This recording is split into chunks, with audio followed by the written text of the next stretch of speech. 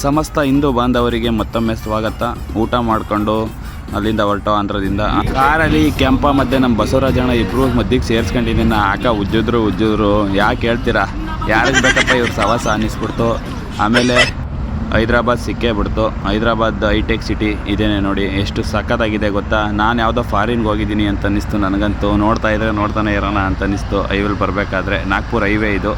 ನಾಗ್ಪುರು ಇನ್ನೂ ತುಂಬ ದೂರ ಇತ್ತು, ಅಲ್ಲಿ ಬಂದಾಗ 600-700 ಕಿಲೋಮೀಟ್ರ್ ಇತ್ತು. ಅಲ್ಲಿಂದ ಹೊರಟು ಮುಂದೆ ಬಂದು ಹೈದ್ರಾಬಾದ್ ಬಿಟ್ಟು ಮುಂದೆ ಬಂದರೆ ಏನು ಹೆವಿ ವೆಹಿಕಲ್ಗಳು, ಗಾಡಿ ಓಡಿಸೋದೇ ಹಿಂಸೆ ಅನ್ನಿಸ್ಬಿಡ್ತು. ನೋಡ್ತಾ ಇದ್ದೀರಿ ನೋಡಿ, ಇಲ್ಲಿ ಗಾಡಿ ಎಲ್ಲ ಓಡಿಸ್ಕೊಂಡು ಮುಂದೆ ಬಂದೈತೆ.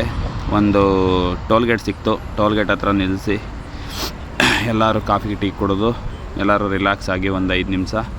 ಅಲ್ಲಿಂದ ಒಂದು 150 ಕಿಲೋಮೀಟ್ರ್ ಗಾಡಿ ನಾನು ಓಡಿಸ್ದೆ. ಬೆಳಿಗ್ಗೆ ನಮ್ಮ ವೆಂಕಟೇಶ್ ಬ್ರದರು ಮತ್ತು ನಮ್ಮ ಹರೀಶ್ ಬ್ರದರ್ ಓಡಿಸಿದ್ರು. ಅವರು ರಿಲ್ಯಾಕ್ಸ್ ಆಗಲಿ ಅಂತ ಹೇಳ್ಬಿಟ್ಟು ನಾನೊಂದು 150 ಕಿಲೋಮೀಟ್ರ್ ಗಾಡಿ ಓಡಿಸ್ದೆ. ಅಲ್ಲಿಂದ ಬಂದು ಒಂದು ಪೆಟ್ರೋಲ್ ಬಂಕ್ ಹತ್ರ ಹಾಕ್ಕೊಂಡು ಅಡುಗೆ ಮಾಡ್ತಾಯಿದ್ದೀವಿ. ಅಡುಗೆ ಮಾಡಿ ಊಟ ಮಾಡಿ ಇಲ್ಲೇ ಎಲ್ಲಾದರೂ ರೂಮ್ ಮಾಡ್ಕೊಂಡು ಮಲಗಿದ್ದು. ಬೆಳಗ್ಗೆ ಹೊರಡ್ತೀವಿ. ಮುಂದಿನ ಅಪ್ಡೇಟ್ ತಿಳಿಸ್ತೀನಿ.